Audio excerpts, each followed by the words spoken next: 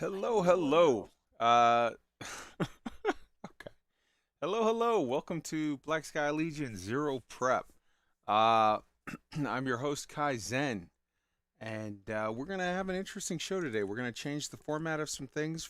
This is gonna be the last episode, I think, of Zero Prep as it is now, and we're gonna start a new thing starting next week. But I wanted to sort of tell you guys about it, and we'll figure it all out. Whoops, sorry. Hold on. Let me get the Yeah, this next tune's called Honor. There we go. There, New World. I want to tell you all about it, and we'll figure out what's happening as we go along. So, brief intro, explanation of where my head's at right now. It's been a whole sort of journey figuring out where we're going to go with things. And the shows have been a little all over the place lately. Some New World, some Star Citizen, some this, some that, and things are just sort of going all over the place, and wanted to try to figure out how we're going to do it best going forward, how we're going to grow each of the shows or end stuff, what to add, what to take away, how to best do it. So, um, the end decision I think that seems to make the most sense is for us to do all of the space stuff that we're doing on the Friday show, on the Black Sky Legion proper on Friday show. All of the New World stuff broken out into its own distinct 100% New World show on Sundays. So I think that seems to be the best way to go about it, and talking to most of the staff agreed um, that was a good way to go about it. And so I think next week we will have the first episode of New World Eternum Weekly. And, we'll go from there. We'll build it up. The Sunday shows will be all New World all the time. We're going to talk about news. We're going to talk about videos, guides, leveling, stuff that's happening with the company, stuff that's happening as we, develop with servers, etc., etc., etc. All of that. And the Friday show will be anything sort of space related. So it'll have no new world content. It'll have Star Citizen 90% of the show.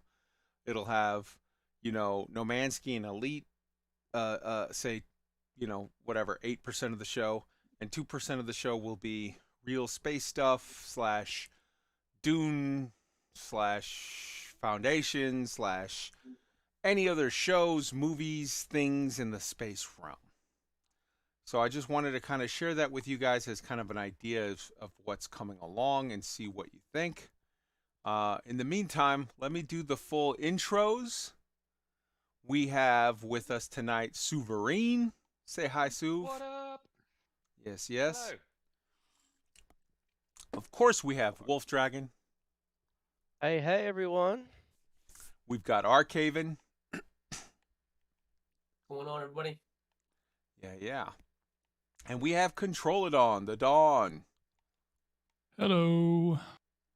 So let me ask you guys, what do you guys think about the idea of making the Sunday show all New World and kind of hyper focusing in and trying to grow that audience while keeping the Friday stuff as a sort of general, mostly Star Citizen, but also other space-based stuffs? Sue? I think it's the best way to. I think it's the best way to accommodate what we've naturally been gravitating towards anyway. Hmm. Okay. Ark, what do you think? What do you think about? Are you excited about New World Eternum Weekly? And just for the record, you guys, the reason why I think New World Eternum Weekly is because you have to have New World in the title. You want to make sure you grab everyone who's Googling New World Podcast. But then when they do, Eternum Weekly starts with an A. That's at the top of the list. What do you think, Ark?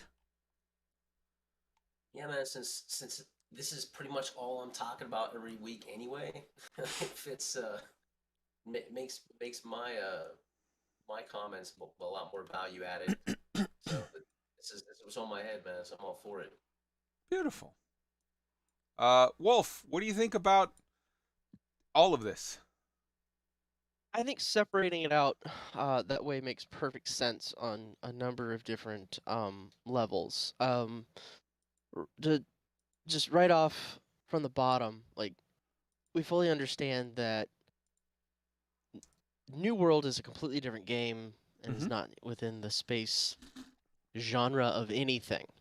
Yet, because of what New World is, it has this interesting pull on the player base of like all games as a whole. Of they might be interested in this, but they also might be interested in this, and these two have nothing to do with each other. And of course, there's going to be people who are just like, I just want space stuff. I don't care about walking around and hitting things with an axe or a bow or whatever in fantasy, whatever universe kind of deal. And that's perfectly fine. And that I think was the to key. to each their own. And I think that right there makes it the good point to be like, this one's for this stuff and this one's for this stuff. And that was sort of the key problem that we were bumping into here, I think, is that when you try to grow a thing, you want to find your market and service that market. And the fact of the matter is doing the two, hey, congrats, Suv, you're level 50. Doing the two at the same time, it was just impossible to grow anything because half of your people were constantly tuning out. It seems like maybe 48% of the people are only interested in New World stuff, and 48% of the people were only interested in space stuff, and like 4% of the people were like, I want both. So it's like, okay, if you want both, if you're one of that 4%, number one, I fucking love you. And number two, like, yeah, then you have the Friday show and the Sunday show to look forward to. You know? Control, what do you think about all this? I kind of like it, Kai. Just to separate things, make it easier, and we spend so much time now playing New World. Yeah. So that it's got its own separate thing. I think that's a really, really good decision.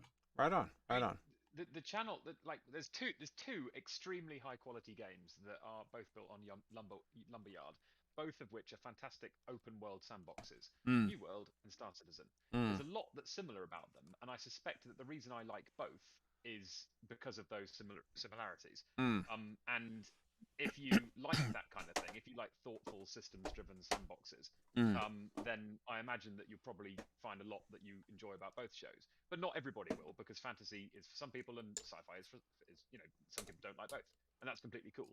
So having two separate shows with two separate time slots for each of those games under the same YouTube channel means that if you do like both, then brilliant, this is the channel for you. And if you don't, then you know which one you can tune into. And as you've said, there's all the other stuff that is in the wider sci-fi universe that we all like to talk about that is appropriate for the Friday show. And what I'm very seriously thinking of doing, Suv, is exactly as you said, leaving them both on the same YouTube channel, but creating an entirely separate podcast channel so that the space people will be on the podcast for the space stuff, and the New World people will be on the podcast for the New World stuff, and both of them will refer back to the mothership, the YouTube channel that has both. So there's people like, I see Wintermute in the chat, and I see Neil in the chat. You guys are always there live, no matter what we do. We could break it down into some shit where we now have 4 viewers, and you two I know are going to be 2 of the 4. So like, I get that you guys are like diehard fans and always out there, and I appreciate you for it. But there's a lot of people that just aren't. And I think that us separating this show out to be only New World and the Friday show to be all things space, and having having podcast channels separate and unique for each will give us the chance to reach out to thousands and thousands of more people who just find themselves on one side or the other of the divide. And I see Mike Roy in the chat as well. Hello, hello. I think that is who I think it is. I think that's Jello Wiggler. I don't know, but just based on the avatar. But Based on how wiggly the jelly is. yeah, Jello Wiggler is a very, very good friend that goes all the way back to Elite, the early days, the loose screws days of Elite. Jello Wiggler, if you remember, Suv, he's the guy that his daughter passed of cancer, and Frontier put in that memorial, and Drew Wagar did a whole story on her. Oh yes. Yeah. So, just the I get, and I love you guys that are like the diehard fans, and you're always here, and I love you for it. But like, we want to also try to reach out to, I don't know, whatever, thousands of new people. Just more exciting people. We just want to reach out to more exciting people that we like more, basically. Yeah, not you guys. Better people is what Suv is saying. Better. That's his feeling, and I'm okay with that. No, but I would love to hear also just from you guys, from Wintermute, from Neil, from Mike, aka Jello Wiggler. Like, what do you guys think about the idea of two entirely separate properties that cover distinct areas? Like I said, the Friday show will be all things space, so it will cover Elite, Star Citizen, Nomansky, Foundation, movies and shows that come up, that new Another Life, Another Whatever that came up, and like other whatever. But the Sunday show will be all things New World. And also, I want to extend another personal invitation to you guys. Come and join us. We're on the Pluto server on New World, US East Pluto, and it's the Green faction, which is Marauders, and we are Black Sky Legion. Come and join us. This game is so fucking fun. I cannot even tell you. But I would love to hear your input. So if you're a listener to the show, put it in the comments section after the show. Put your feedback. I would love that. Well, what about all things non-space? You said so I can show up and gush about Final Fantasy. You're gonna need to start a Final Fantasy show, Rain. You need to get on that, because I love the idea, and you know I love you, and I love Final Fantasy, but I burnt out on that one. I went too hard on that one for too many years. So let's get around to talking about some of the Final Fantasy, Jesus fucking Christ, some of the New World shit that has happened this week, because yeah, it has been a hell of a week. Number one, 1.05 patch from last week fixed all of the things that they wanted to fix. They fucking nailed it. They hit it out of the park. 1.06 is coming. Wait, my numbering system may be. I think 1.06 is where we're at now. It's coming next week. It's coming in 3 days. And let me tell you, they included in 1.05 a PTR, a public test realm. So now you can go right now and you can play with the new stuff that they're talking about adding. One of which is a whole new weapon, the Void Gauntlet. Sexy as fuck. In addition to that, they're getting through the process to link all of the marketplaces together, which I think is phenomenal. They're That's making gonna be fantastic. They're making changes to the weapons, which they're doing very little nerfs. They're doing mostly buffs, and I like that idea of don't shit on my parade. If my weapon's too good, bring everybody else's up, and so nobody loses. Let's give out candy to everyone instead of punishing people arbitrarily. Oh, quick question. Kind of, same subject, but not quite.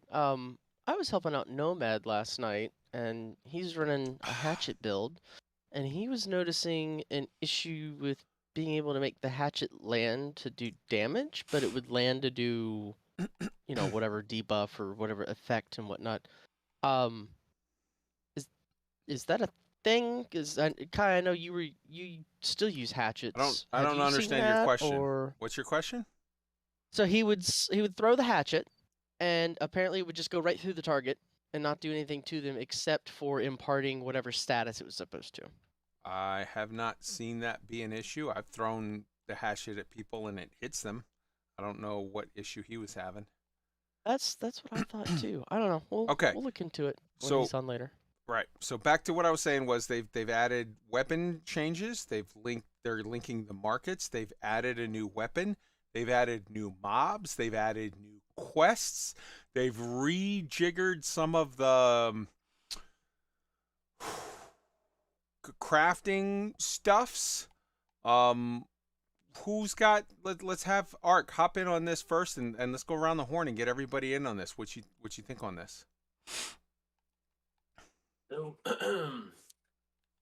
so I'll talk some of the new weapon stuff. I've been like a big shtick for me is to do a lot of theory crafting and kind of figure out what weapons work, what combinations work, what's going to be the new, some interesting builds to do.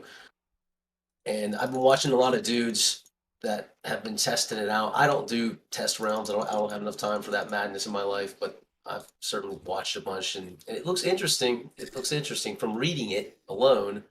It looks like it has a bunch of PvE potential, but not much PvP potential. It's got the left tree is more of a melee kind of tree, while the right has a bunch of sort of utility. It gives heals. It's meant to be an utility overall, but I think it's overall. I saw some dudes dueling with it for just ad nauseam, just going over and over a lot of different type of melee ranged opponents, and it looks pretty nasty. The melee side of the tree didn't have grits. My concern was that it's just going to get interrupted all the time. But it also, the light attack is the main attack that matters with it, and it doesn't have like much of an animation, so you can just freaking spam away. Then the other side, obviously, while you're hitting it, it adds some different healing buffs, so you get sustained DPS and healing simultaneously. So I'm interested to see how they actually if they use the data from the testing realm, and they're seeing this kind of stuff now, and they're gonna kind of do those calculations and make a little bit of tweaks before it gets out, and everyone and their dad has a damn void gauntlet running around. But bottom line, I'll leave the other topics up for everybody else. But I think it's a welcome addition. I think you need something that allows people to break up some of the sort of boring, hammer, great axe sort of combos. Everyone's running. You can play Outpost Rush. Yeah, you got 30 people running that. And it gives Magic users a little bit more options, a little bit more things to kind of to play around with. So I think it's a good move for the game. Suv, Wolf. We'll start Suv. What do you think? So the biggest ones for me, this was I've been a bit of a defender of I've been white knighting this game a little bit on the forums, and I'm trying to not mindlessly white knight, because I think generally that is a very bad thing in video game communities. What could have ever given you that idea? Well, I try not to defend things. Try not to take the thing of shouting. I try not to shout down people complaining about things that don't bother me Sure. personally, because I know that everybody's mileage varies. But I do feel that a lot of the critics of this game are focusing on things that are they're not necessarily small in terms of impact, but they're small in terms of what they take to fix. Like tweaks to values in databases and stuff that have an impact on drop rates and damage and all that kind of thing. Like a lot of the complaints of this game seem to be stuff that can be fixed fairly quickly and easily. And I've kind of felt like saying, when people have been moaning on the forums, I've kind of felt like stepping in and being like, but don't we think the foundation is great? Don't we think that all this stuff is kind of window dressing, and actually the nuts and bolts of this is brilliant. But it's a little bit difficult to say that when you don't want to diminish what other people are concerned about, and also when you don't know when those fixes might come in. So it was really brilliant for me personally to see nearly all of the persistent complaints by the community and by the press addressed in basically one big patch. Hell yeah. people said that the weapons were poorly balanced. Well, guess what? People said that the PVE questing is appalling, which actually I said that as well. And guess what? They're adding a fuck ton of early game PVE questing. Not just new quest lines and new enemy types and new kind of sort of sub-quest lines that are like related to those enemy types specifically, but also more quest variation. One of the biggest structural problems with this game is that the PVE questing is basically kill X number of mobs, loot X number of chests, and looting chests is a matter of holding E on them. And it means that every single mission you do is broadly structurally the same, whatever the flavor text is, which has the effect of making you tune out on reading the quests. And they are introducing, I think, 4 new quest structure variations. So things like I think one of them was I can't remember what they were. Are you talking about the PVE or the PvP? PVE. I'm not talking about PvP just yet. So the PVE, I can't remember what the new quest types were, but they were new quest structures. So sort of trying to track people down who move across the map, or escort missions, or platforming. You know, lots of different kinds of thing that a PVE quest might ask you to do, rather than just kill lads and loot chests. So that was probably the biggest for me. But then there are a ton of other ones like that. The whole of the November patch is basically a wish list, or like an answer to a moaning list. It's pretty much everything that people have been complaining about. Like it's going to make the game a huge amount better, and it will enormously. So when I picked up the Great Axe for the first time, I was like, "Ooh, this is easy mode. This is super easy." So I didn't use it because I found it a bit dull. But and this patch is buffing basically all the weapons that felt a little bit underwhelming compared to a couple of weapons like the hatchet and the great axe. The questing thing is a massive one for me because I play a lot of PvE. And the PvP one, I think somebody else ought to talk about PvP, but the PvP changes are also big. They basically somebody else can go into the nitty gritty, but the way it struck me is that the PvP changes mean that there is much more of a reason to just fight people in the open world, and it completely removes the incentive to win trade, to flag and then not fight, basically.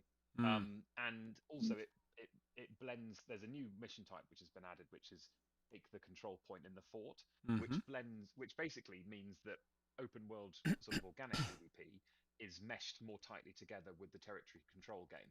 There's a few others.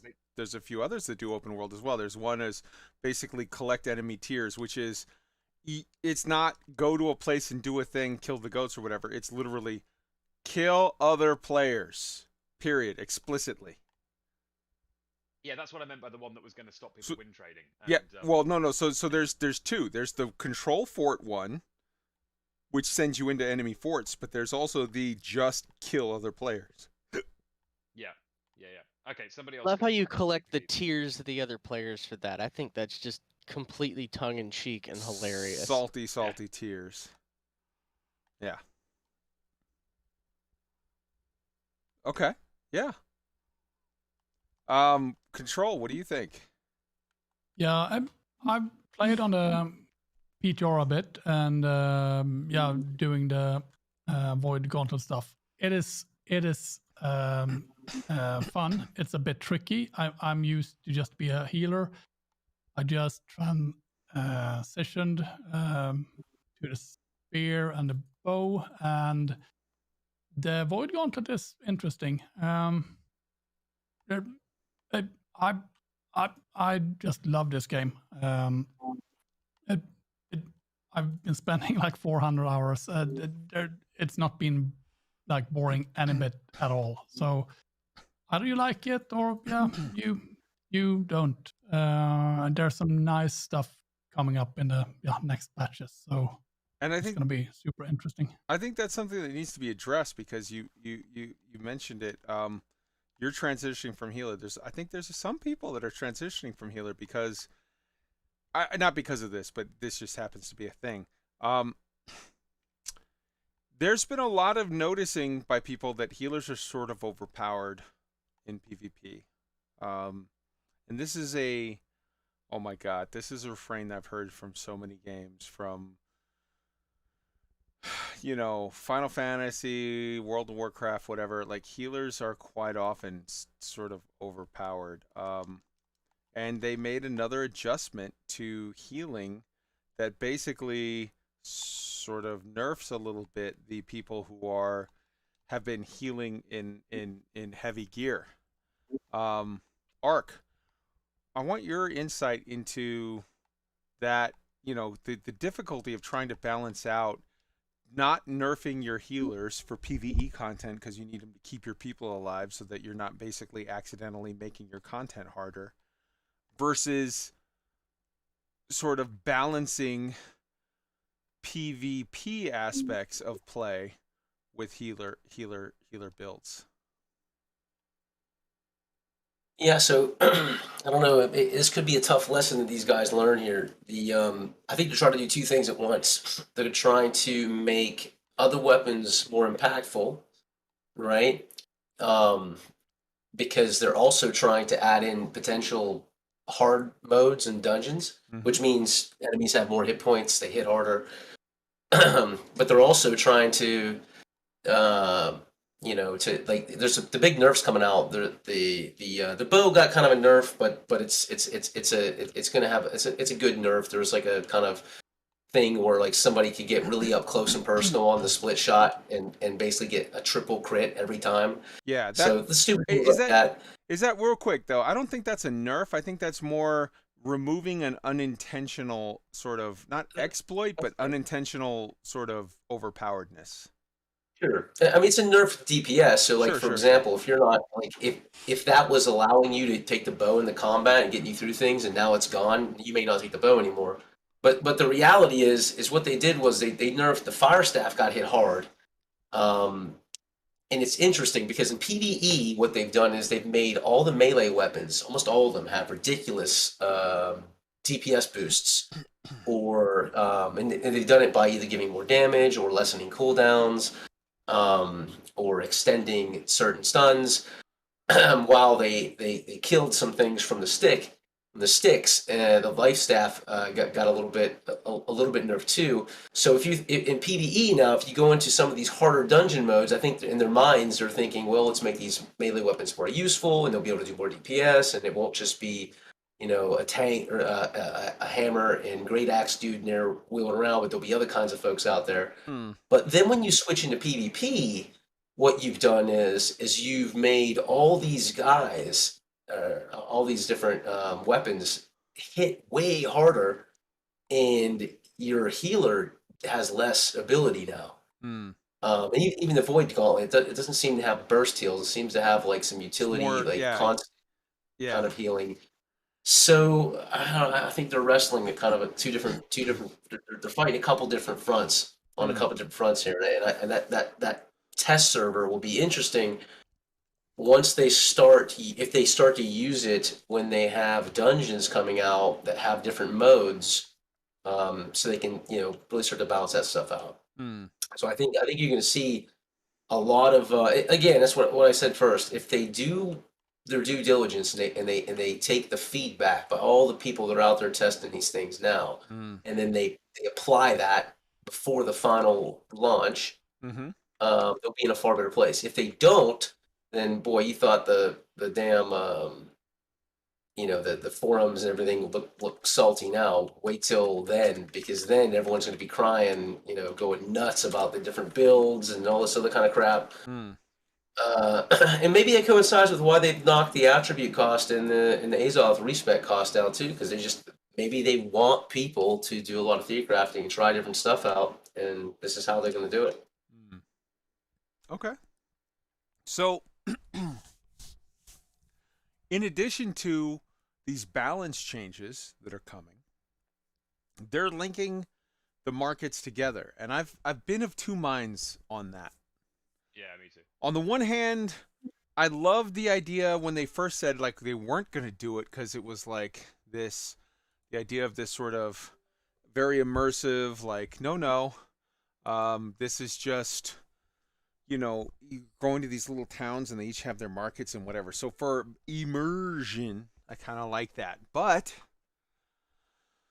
let's be honest, when it comes down to the nitty gritty of it, it's constantly me in Windsward going, I want to buy this, whatever. It's in Everfull. I got to run up there. So I want to go around to all of you guys. I'm going to grab another beer real quick, but I'm going to be listening to you. So act right. Let's start with Ark and work our way around. What do you guys think about the linking the, markets? Yeah, so short and sweet. The immersion, I do like the immersion, right? I think everyone's been almost of two minds in this thing. It's nice to think about that you have to hunt down some different markets, because I do like I'm not like a big crafter. I'm more of a gatherer, and I like to sell things and work the trade post. It's just gonna make my job a lot easier though, and so that's the other side of the coin. For me, I think in the long term is a quality of life improvement that's necessary, and it's gonna just have me spending more time doing the things I'd rather be doing anyway. So I think it's a good thing. Yeah, I found that while it did give you immersions, like, oh, I got to go over to this town because this town has this. No, now I got to go to this town because this town has this. Or it's like, oh, I need to sell this, but it doesn't sell for shit here, but I got to go over there. Every tool I have, gathering, the sickle, the logging axe, the skinning knife, all those tools. Every single one of them I have has Azoth extraction chance percent on. So it's like, oh, okay, I'll just load up with what I need and start going hopping around. And I was just burning through Azoth, just going from town to town to town, trying to get these, little things done. And to be honest, you could use that same thought process and sort of, I guess, game the system kind of deal, in that, like, if you wanted to be a trader, like, if you knew that I could buy a thing here cheap and then load up on it and either run or pay the horrific Azoth tax for being fully loaded and go sell them all here, I could make some coin. Like, I don't know if that's a game loop that they wanted to put in or not. It was definitely, kind of emergent. But all in all, it's great, I got to go over here to get this thing. Having everybody be able to be like, I'm going to put it up on the board here, and then it's done. And it'll sell wherever, and all is good. I actually intend to use it more, like, to game that just a little bit, in that I'm going to have, like, I'm going to just, instead of salvaging all of my stuff or whatnot, if I think something might actually go sell, I'm going to put all of those things up in another town. Because if it doesn't sell and it expires, it goes into storage at that town. Well, then I know nobody wants it, and then I'll salvage it and get my free little, couple coins and some repair parts, versus getting maybe 10 or 20 coins for what I think somebody might be willing to pay for this set of gloves that I just picked up. Oh yeah. So it definitely has pros and cons. I think a lot of people were just burning through Azoth like I was, because it's like, I don't want to run to this town and this town and this town just to come back. And if you don't own houses to do the recalls and everything, which have their own cooldowns, I feel like that was a shot at me. yeah, just a little bit. Oh, I got a house here. I can recall and do this, blah de fucking blah. Everything's all good. I don't understand. It's like, I'm just a poor merc walking around with gear that I found. I haven't really made anything except for these damn tools. He doesn't have any houses. He's just a Right? poor boy. Right, Nobody loves him. Save him his life from this monstrosity. Easy come, easy go. I see in the chat that Soup's too low. Azoth was definitely easy come, easy go. I've turned but no, him. I Oh, foresee yes. that. Okay. I foresee that being a complete benefit to a player like myself, and being just well, I wish they didn't do that, to anybody else who liked that particular part of the game. Easy because come. it did keep you logged in, running around. All right. Easy come, easy go. I see from chat that Soup's too low. I've turned him up. Go ahead. That'll be because I was using a different mic last week. Yeah. You constantly so... fuck us with that. Yeah, I know. Sorry, I'm using my headset. So I was really excited by the fact that the trading posts were all distinct, were per province, and I thought it would lend itself to the way that the game seems to encourage you to kind of base yourself in a province for a while until you've done it all and then move on. And I thought it would lead to opportunities for arbitrage, where buying something that Oh, it definitely did. buying things like iron in Windswood where it's cheap and selling them where it's expensive. Everfall And or other places. yeah, and I was excited by that, and I thought it'd be cool. I thought maybe I'd do it as well. In practice, I think so. So that's why I resisted the idea of unifying the markets originally, because I was like, well, why give up on complexity? Why give up on the potential for increased sort of emergent gameplay in the name of dumbing everything down? But in essence, what's happened is that a few centers have become economic powerhouses where everybody goes to market their goods, and other ones have just kind of become outposts where there's like Windswood, for example, is an absolute that's like the busiest market on most servers for some reason. It's a really good starter zone for one. It's a nice province with lots of useful materials like hemp and iron, which even high level characters need. So a lot of people go back there a lot. The town is really conveniently laid out. So for all of these reasons, it's kind of become the busiest market. So in practice, this idea of rich, distinct markets, which all have very different prices according to what they locally produce, hasn't really manifested the way I was hoping. I was hoping that, like, I don't know, Reekwater would be the platinum capital or whatever, and everybody would go there to buy platinum cheap and then go and sell it in Weaver's Fen for more or whatever it might be. But given that we've got this kind of this kind of monopoly is the wrong word, but this kind of concentration of markets, I think actually unifying them does make more sense in that context, because the few people who are having fun gameplay out of being traveling merchants are probably far outweighed by the number of people who are just burning Azoth needlessly, not getting any benefit out of the fact that the markets are separated, and just having to constantly schlep back to one of the couple of economic sort of centers. So on balance, it's because of the way the game has evolved. I think it is for the best. I think the benefits will far outweigh the negatives. Control, what do you think about markets? Yeah. I actually don't really like it. I love that you have to go somewhere to get something. Yes, I've been spending way too much days off, but I like that thing, and it's in the gameplay. Hey, yeah, I could order stuff online, but if I want to go and try something out, I have to go there physically, and I kind of like that.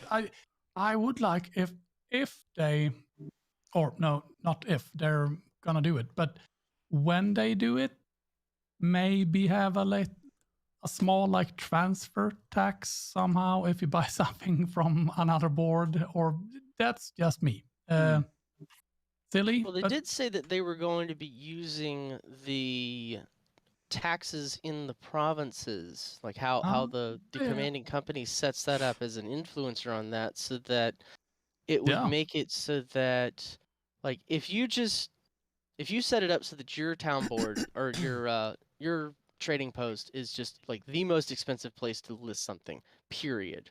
Well, nobody's going to want to go there and list their stuff.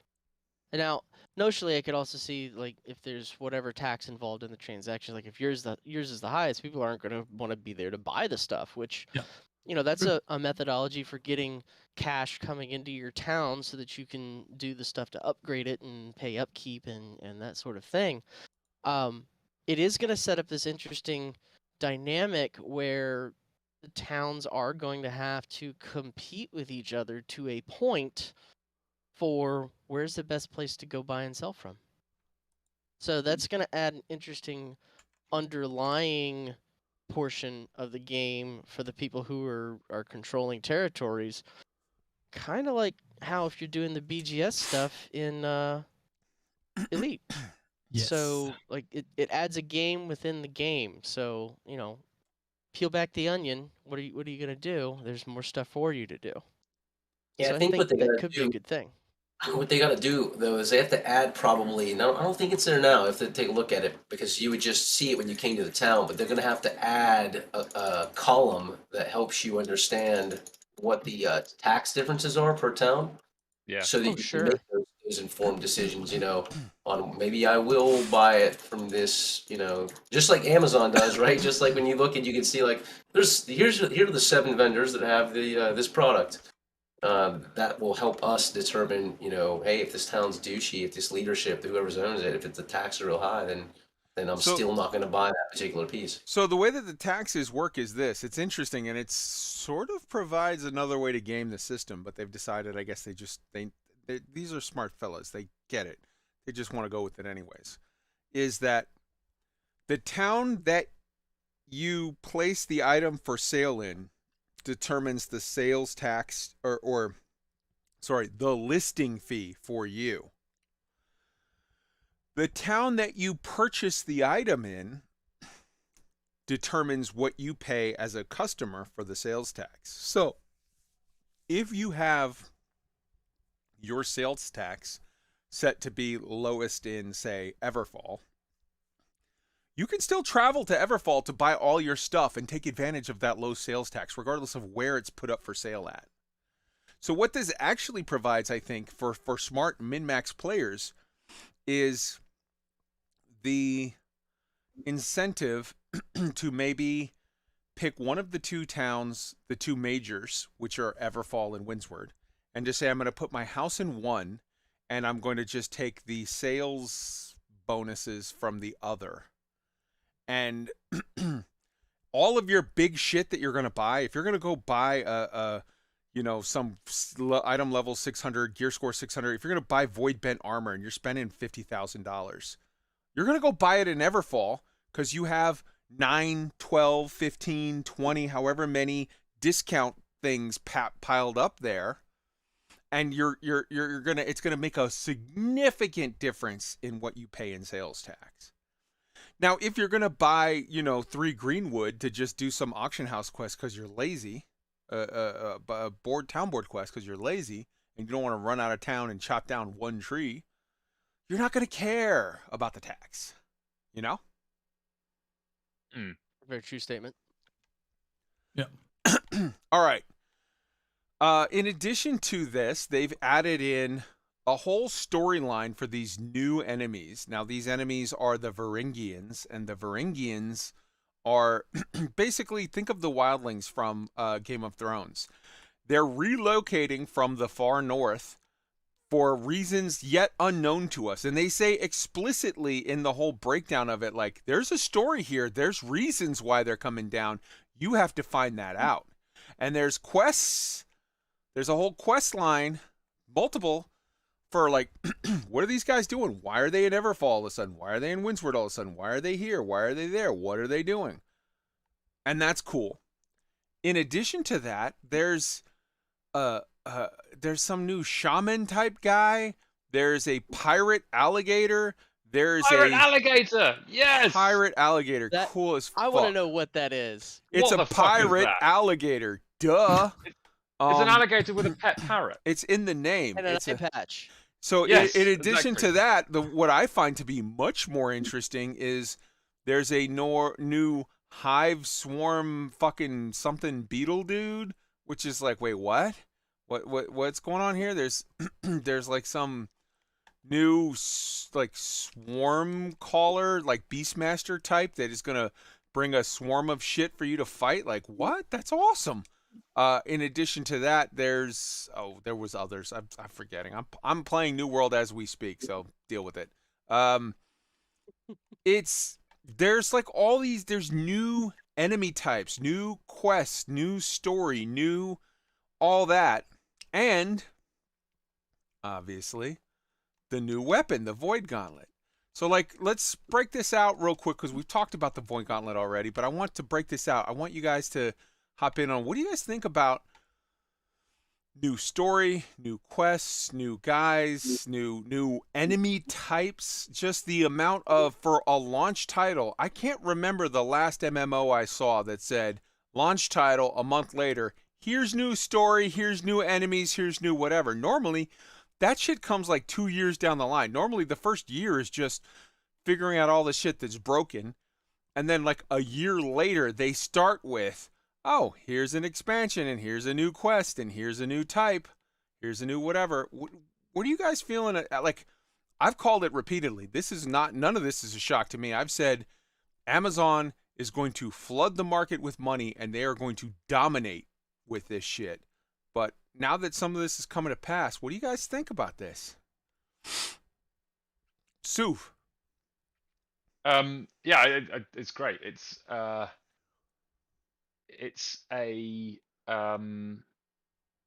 very quick after. I wasn't expecting any content for a while. I know that the Void Gauntlet was basically done, and the Brimstone Stands is basically done. But I wasn't expecting them to do that. I was expecting them to just focus on bug fixes before Christmas. And the fact that they have done new content is exciting. I think the release cadence has been really, really impressive. The number of bugs and the willingness that they've had to revisit core systems, and the willingness to kind of listen to people's gripes and affect changes really quickly has been really heartening. I've also been really, coming from Elite Dangerous, I've been really, really amazed by the caliber and frequency of communication from AGS. Like, I'm used to a forum and a community in which you don't expect to be acknowledged by the publisher at all, and the IP holder, like you should expect to be completely ignored, basically. No, come on, let's be fair. Frontier gets back to you after 6 or 7 years. Yeah.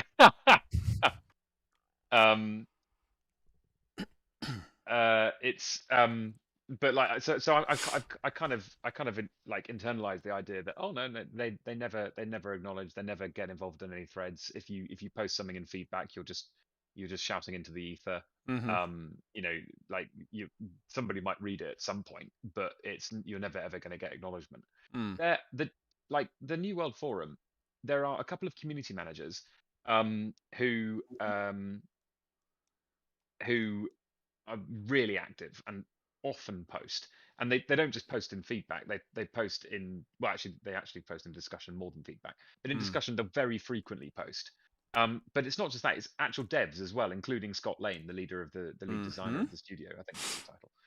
They get involved all the time, and they are really candid. It's like they talk, they give you insight into what they're doing, what their thought processes are, what their intentions are for systems, whether or not things are working the way they intended, what their plan is for fixes, what priority they're going to get to things in. It's a level of candor that I really have got used to not expecting. It's brilliant. So like, occasionally I've heard people saying like, oh, what are AGS doing about this? Like, fucking visit the forum, moron. Like, they're doing a fuck ton, and they're communicating so well. They are posting like nearly every day. I kind of want to go there and say like I kind of want to post something like, I keep seeing from other sources these giant multi-thousand word posts that a dev or a community manager will do, where they really go into detail about what their plan is for a system or a feature. And I'm like, this is fantastic. How the hell, like, how can anybody criticize a studio that are putting out weekly patches that are addressing every bit of negative feedback that anybody has? And they're also talking about the long-term direction of the game in this level of candor. It's really refreshing. Wolf, what do you think? I am just astonished with the amount of what's the problems, we're going to work on it, and the absolute just jump on it and fix it to figure out what it is, what it should be, how it should be. Okay, make it do that instead. And I honestly, I kind of think that maybe this is sort of the thought process behind them deciding to do the consolidation of the trading posts, because they had an idea with what they thought would be good that fed into an overarching economy. And I agreed with that idea. That was my idea too, and then the reality of it was just a pain in the balls. Yeah, and then they realized that it was just a pain in the balls, and that's not how the players in the overwhelming majority were actually playing the game. So they're like, okay, we still need to have a strong economy. This is how people are doing it.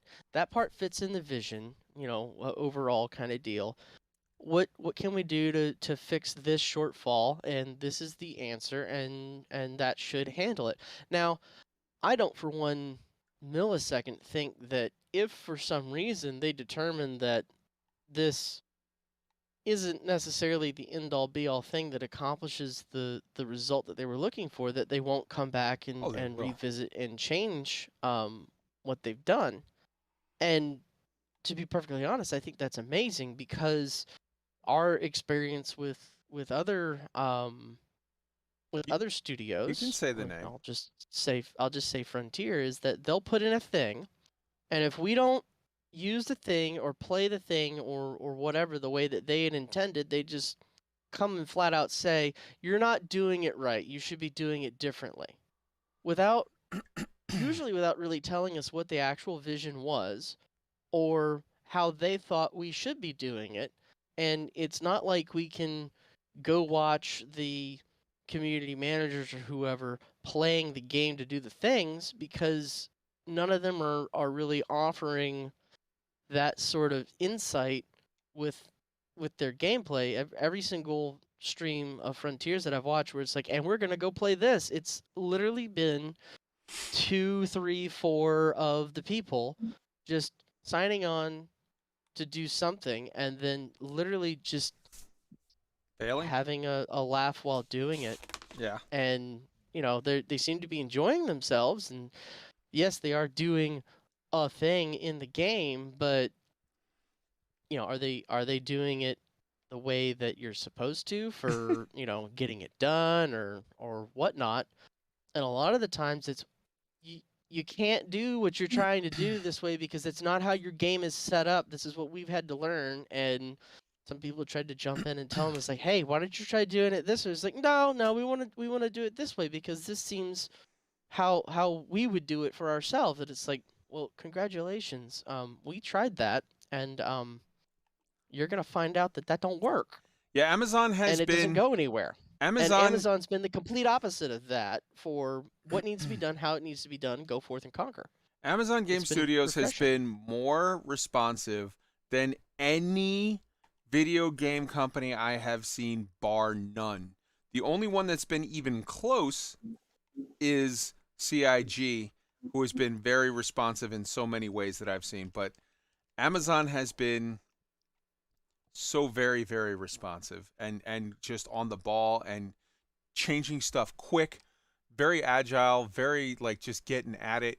Yeah, I'm very. And to be fair, if Star Citizen was released, I'm sure they would I be imagine that they would be doing Yeah. pretty much exactly what Amazon's doing, wherein they have the personnel dev power to, like, okay, what's the issue? Okay, go fix that. But right now they've got all the background make the game things happening, and that takes a significant amount of time. Nobody can say that it doesn't. So do quote unquote bug fixes.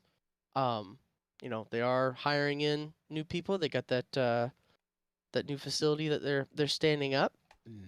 Maybe they can add some more people on for agile teams to go fix things that are a little borked while we still have core development happening on the game. Right Don't on. know. Right Time on. will tell.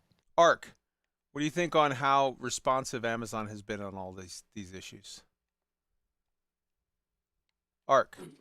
Well, I mean, obviously, it's important, right? The community needs to feel heard, especially when you have a game where players are going to play a lot of different ways, right? There's a lot of different builds, a lot of different things, and everyone wants to feel powerful. And the biggest thing is we talked about it I don't know if it's last week, the week before that, but we talked about whenever there was a Outpost Rush was broken and they listened. All the things I was crying about that night on in our Discord in like 2 or 3 days. they were all like most of them all fixed. Hell yeah. You know, Yeah. so that's important, right? Because it's the difference between just constantly feeling like, do I even want to like play this game anymore because this is broken, this is stupid, versus, yeah, this is in a not great place right now, but I'm gonna go ahead and use this other weapon because it is, and I know they're probably gonna come around and fix this thing. Sub actually got me into the forum posting too, because there's a lot of really cool polls that they're asking, about, character transfers to different servers. There's different polls about how the Great Axe is performing. Like, that's great stuff to see, because Yeah. it's very important to recognize when you don't know something, and when you do.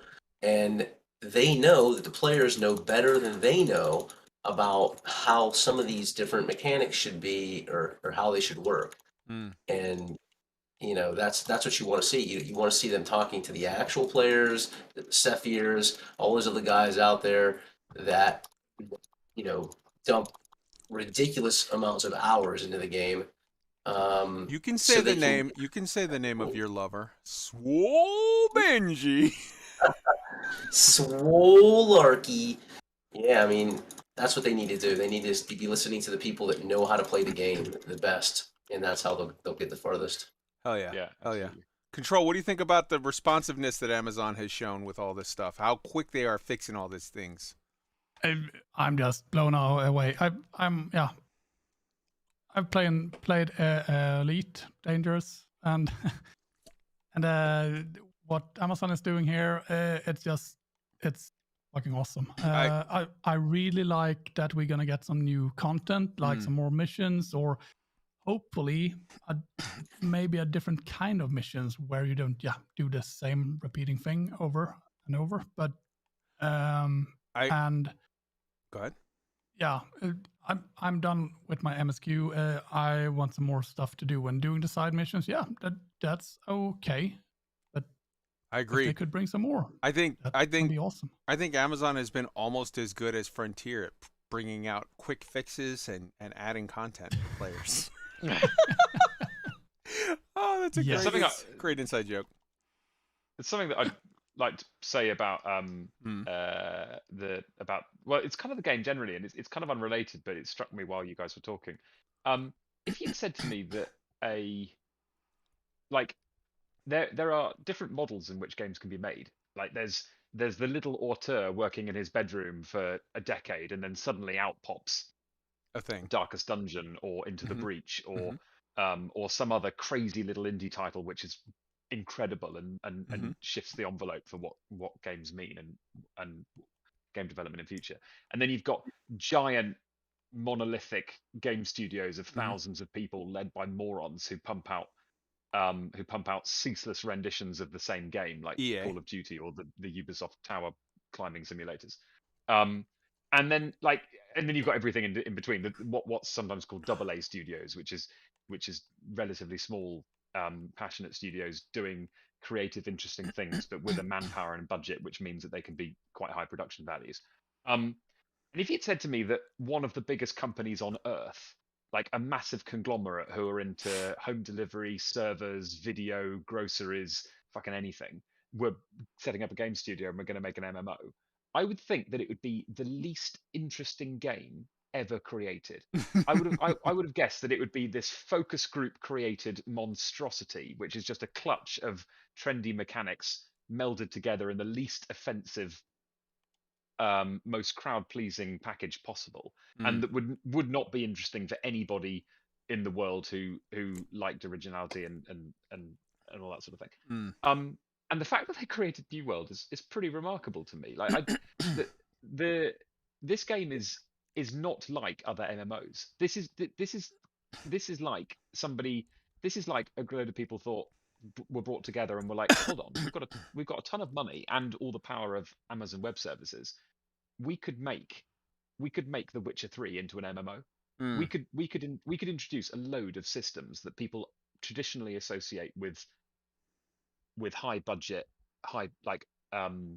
single player games. We could actually make an MMO based on that with the same systems, using the same combat with a similar level of fidelity. I feel like and it's like I'll wrap up because I'm No, rambling a no, bit, no, but go ahead.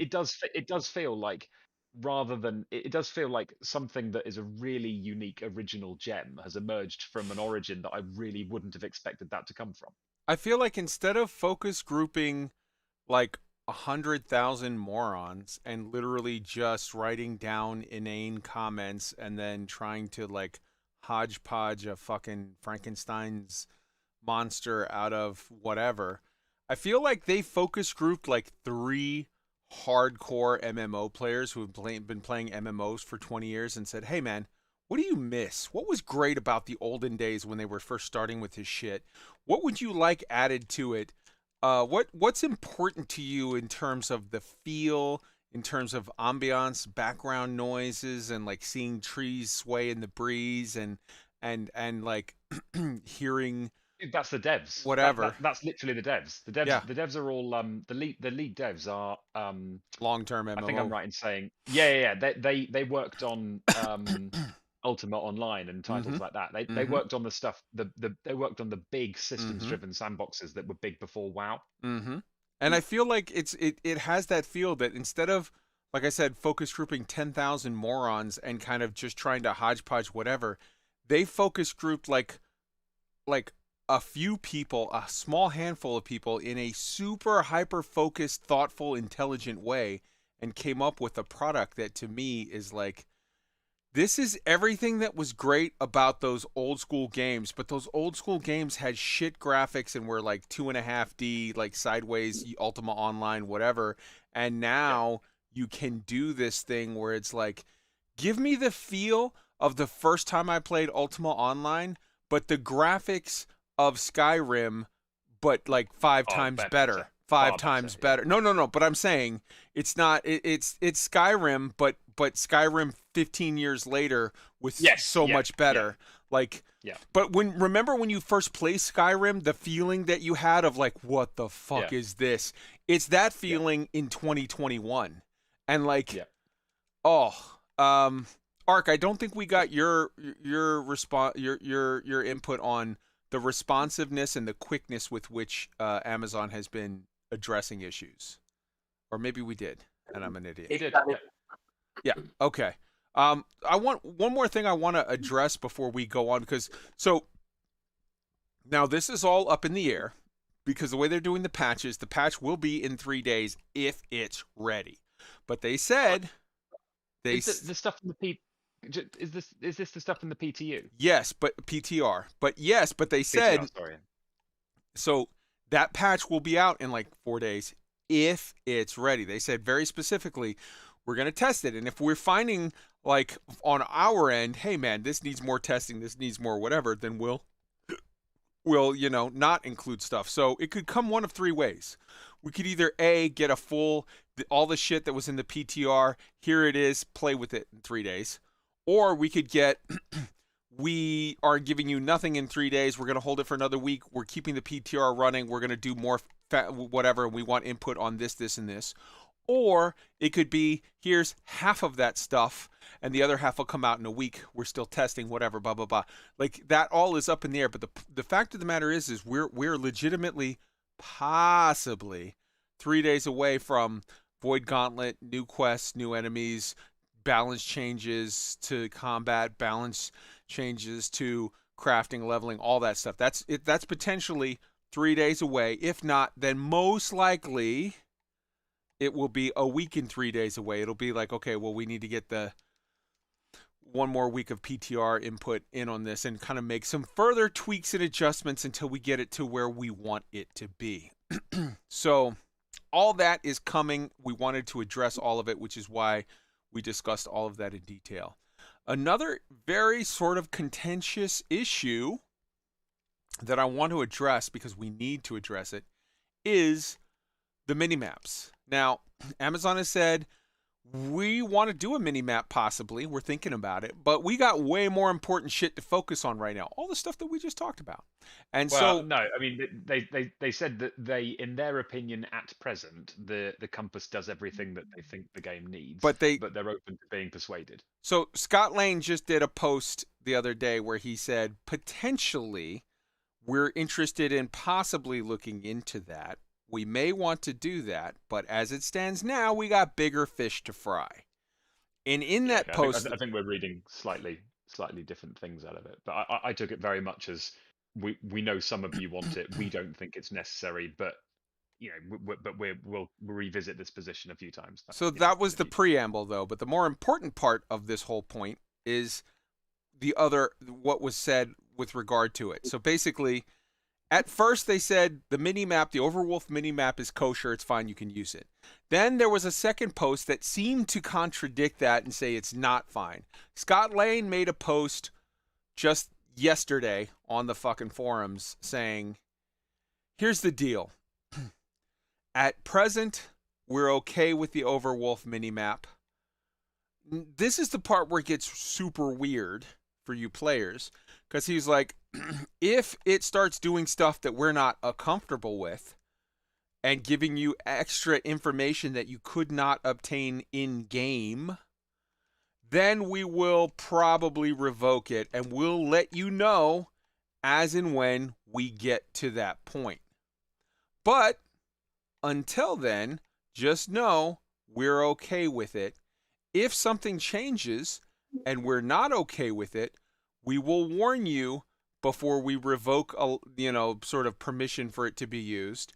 And we have not at this time taken any action against anyone who uses it, and we will not take ever any action against anyone who uses it without first clearly indicating to you guys that we've changed our policy on it and given you fair warning that, like, basically not like, okay, it's no longer allowed, but saying as of tomorrow at noon, it's no longer allowed, so that you have some kind of leeway or whatever, some kind of whatever.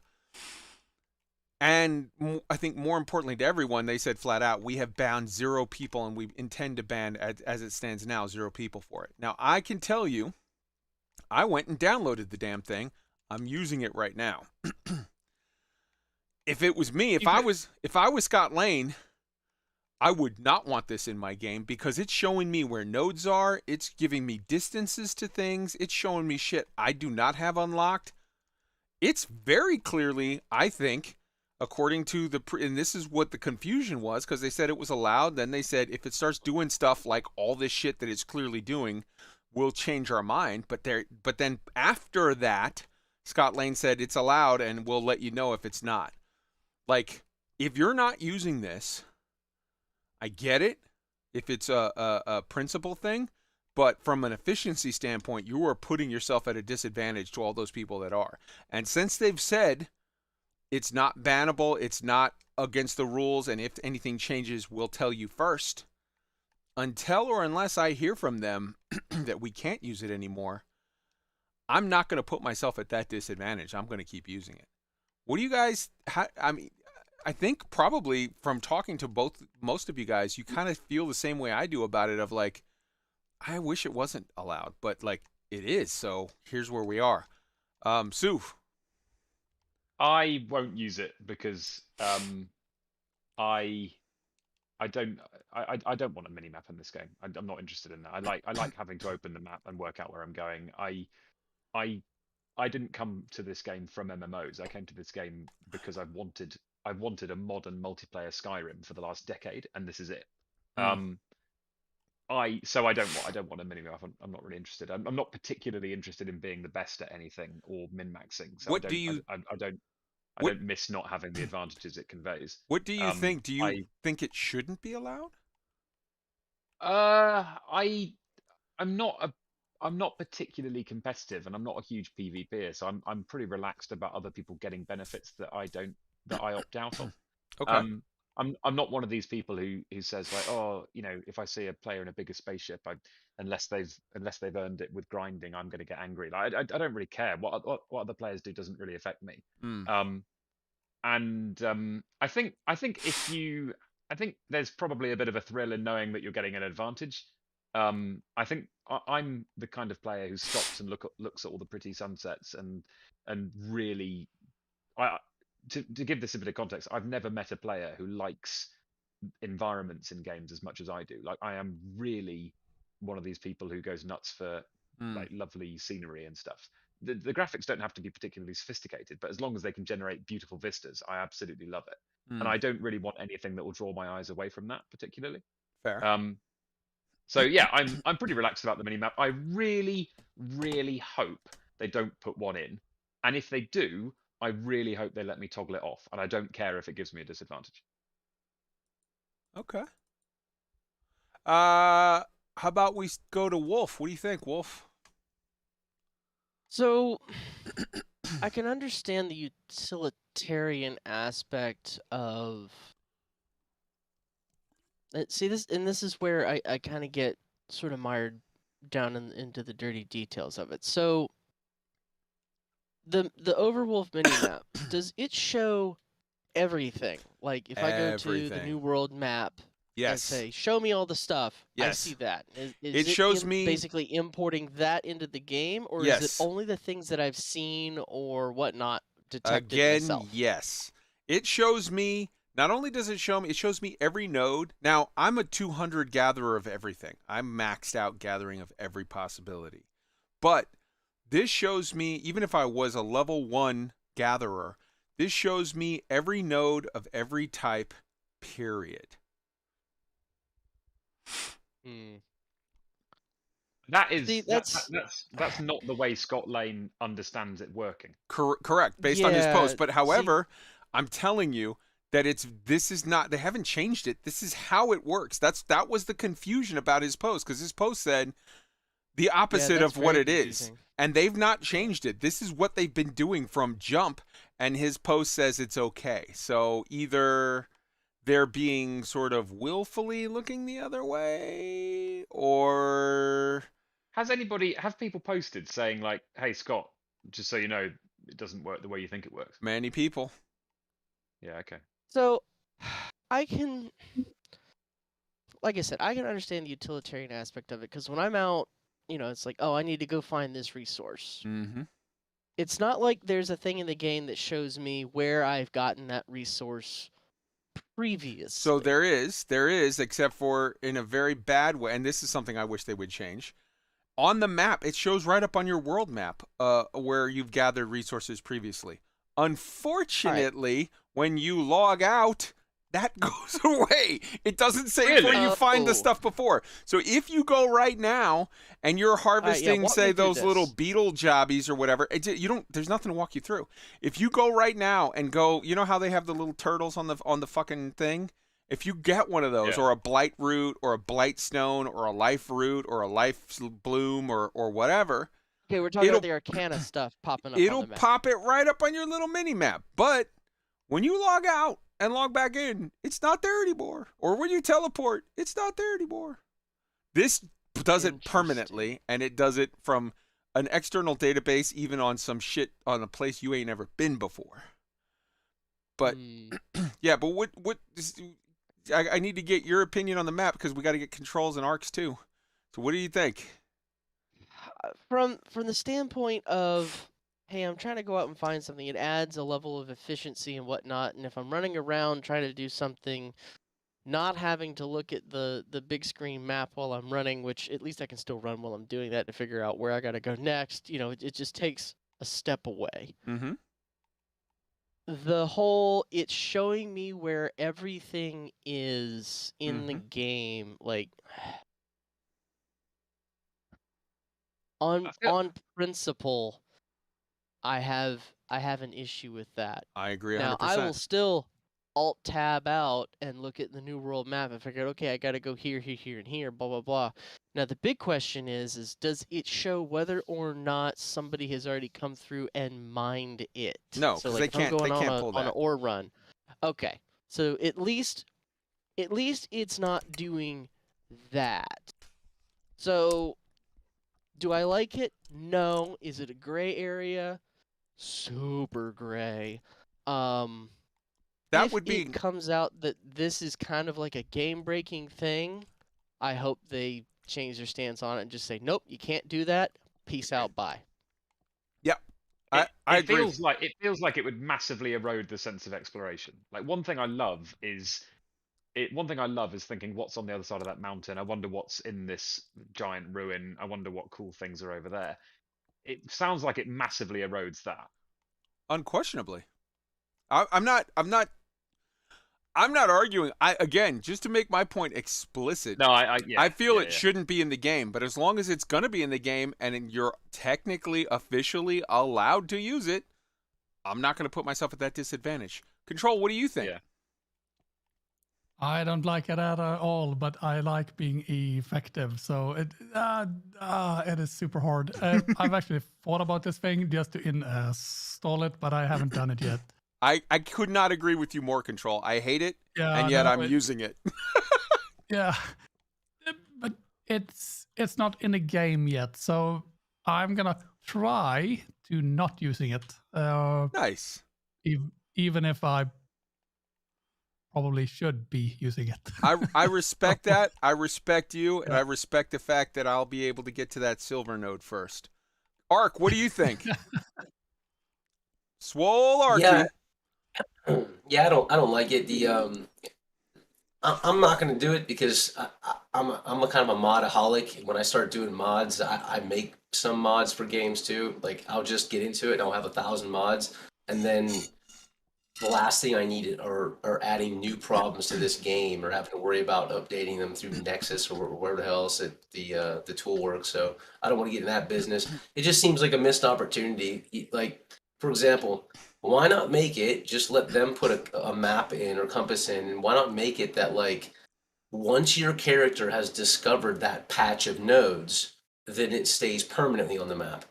Because you know it. That's realistic. You would know it's there. I would know it in this particular, in this particular area. There's lots of these types of plants that grow, whatever. I think it's just a missed opportunity. I think I don't like a lot of mods in games ultimately because even though I use a ton of them, it starts to really change the blueprint of the game. And I think I get it. It's just a UI mod, but I think it's taken away because there is something in the game where you like, as you get better at doing X, you can start to see X on your map. So it literally breaks that aspect of the game. And by that alone, they should get rid of it. So since you've They brought up should that lock you up. make mods for games, can I just put this bug in your ear, Ark? How about a mod that when you open your inventory, you can click like bank, and it will show you all one big window of all of your town storage lockers and one thing, and then break down where, like, okay, like have little colored squares where like the orange is Windsward, the blue is Everfall, the yellow is First Light, though, yada yada yada. But just one window where I can see all of my shit and then know like, okay, this I gotta go there to get it. But I can just see everything in one glance. Can you get on that? Yeah, I think UI mods I think are pretty good in games, especially since, that's just laziness in a developing company that's out of tune with their audience, which we don't think Amazon is. So I think if enough people start threads and forums and say, hey, look, the UI's a little dicked up. Like, for example, we all know one big bug we hate. I don't want to have to zoom into my fucking town every time I pull the map up. If I'm in the town, when I hit the map button, it should just be in the zoom level of the town. That's a small fix. Like, somebody could fix that quick as shit. And it sucks because many times as you go in and out of towns, you always have to zoom in. But like the UI mods, I less care about. But what this is doing is this is constantly, it's one, it beats one aspect of the game because you don't have to. I mean, granted, this is a pretty easy thing to do. If you're harvesting nodes and you're gonna get that shit anyway. But it's just, yeah, I'm not a fan. I think they could do it their own way, and probably do it better, and probably link it to some kind of skill set. Like maybe it's linked to dexterity in some way because it's more of a hunting type thing, and you know things, and that would be nodes that are linked to that, or strength, mining nodes linked to strength, or arcana type nodes linked to intellect. There's just lots of things they could do versus having some dude just beat the system. Yeah, 100%.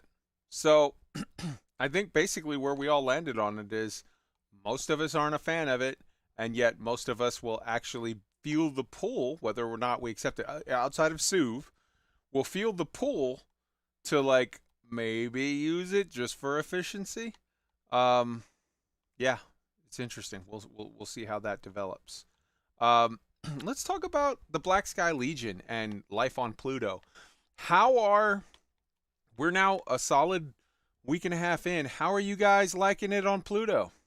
Because we a week ago we made the change. Last weekend we made the last Friday we made the change. What do you guys? Let's start with Ark. How you liking Pluto? So it's got a lot more life, man. I put like a little, like I said, it's like going from the Dark Ages to the Renaissance period. All the towns are bigger. There's a lot more activity. Um, there's a lot of there's barely any waits for Outpost Rush. I feel like one of the I'll say not good things. I'll say a down kind of thing. It seems like because there's more players and more instances running of Outpost Rush, right? Like let's say 3 times as many per hour than probably in our last server. It appears the gamers have found, it's given them ample time to find ways to break and ruin Outpost Rush in new ways that make it just, somewhat unplayable depending on the role you get on the team. So I think also I'm kind of lucky that I get up, I'm on a different time zone, 6 hours ahead of you all. So when I get up in the morning, I can do my different runs to get the kind of stuff that I want to sell because trying to do it during the peak time in this server, man, dudes are everywhere. So anyway, there's pros and cons. There's more pros and cons. I like more competition. It's real dangerous to flag up in PvP and go out even now, and it's gonna, as you all know, it's gonna get a lot more once you got quests putting freaking bounties on people's heads, basically. Mm. So that's gonna be really cool. It's gonna get a lot more interesting that way. You know what it That's reminds me my of? You know what it reminds me of, Ark? Remember back in the old days of AV, people would complain and complain about Alterac Valley because all the guys trying to get Warlord that would just AFK in the starter cave and they would like run up against the wall or whatever. There's so many. There's starting to be some Outpost Rush issues of like people just like cheesing it, whether they're out in a corner somewhere or just like walking around on the beach or like whatever. It's like, guys, come on, can we do this, please? Yeah, that's that, and that, but it's just for the group. I mean, that's what we're seeing. We're seeing a lot of. I mean, it happens fast too. The score ends up being 80-20, which I've come back from like 400-point deficits in that game, and all of a sudden you got dudes who take all their gear off. They're in their little Aeternum thong, Which makes no and sense because you lose no gear. You lose no gear in Outpost Rush. You take no I gear just think it damage, zero. signifies. I think it just signifies that, hey, don't kill me. I'm not playing. Mm. Because he was just chatting, talking with a freaking dude, a dude on the red team. They're just chatting, talking with one another. Ugh. So Ugh. anyway, that's irritating. All right, Suv, To say the least. Suv, how you liking it over on Pluto? Mostly good. All the Windswood is so the thing about dying servers is that there's a negative feedback loop in which invasions happen on a certain cadence, and if you don't defend against invasions, the town utilities get downgraded. And the lower the population, the less able companies are to defend against invasions. So you get to a certain threshold where you've gone past an event horizon, but by which you can't prevent your towns from being downgraded over and over again. So you get to a point where the towns are all rock bottom, and there simply aren't enough people on the server to upgrade them and keep them upgraded. Mm. Pluto is not like that. Windswood, my hometown, is super developed. Actually, nearly everywhere is super developed. One downside of that actually is that the town board quest. There are far fewer town board quests than there were on Satara. But broadly, it's much better having really developed crafting stations because you can craft more. The fact that the world is a lot busier feels great. It feels really good to go and find an elite boss and bump into another couple of players, taking them on, and that leads to some really great moments. I've seen a couple of bots or players behaving like bots, I guess. Mm.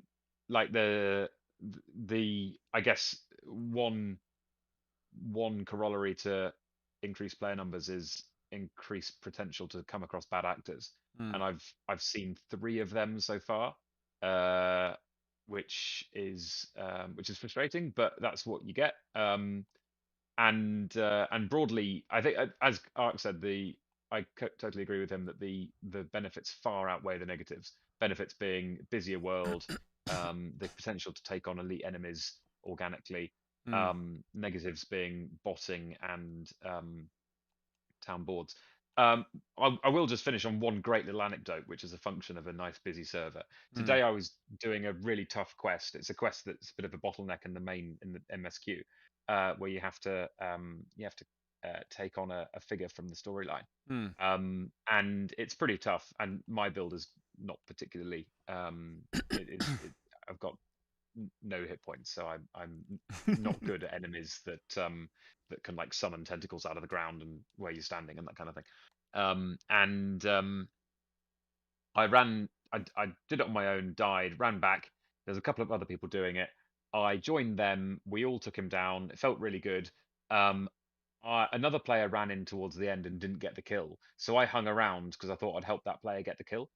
That player got killed, got downed by the boss after it respawned, and then the boss and all the ads were on me, and I was like, oh, I can't take this, and so I ran for the exit, and because I was being absolutely mullered, but he killed me anyway, so I respawned outside, and then I was like, oh, I've left that player in there and I didn't manage to revive them. I feel really bad. I met that player running in the opposite direction to me, back towards town, and they said, oh, did you kill him? And I was like, oh, well, actually I already had the kill because I did it just before you arrived. I was just hanging about, and he said, oh, okay, I'm going to go and have another go. And I said, I'd help you, but they won't let me back in. But I do have these potions that would be really good. I've got some corruption tincture, I've got the thing that you rub on the weapon that gives you 10% extra damage, The stones. and the thing that will stop you taking corruption, like accruing corruption and from the ground and stuff. And this player was like, oh great, yeah, that'd be really helpful.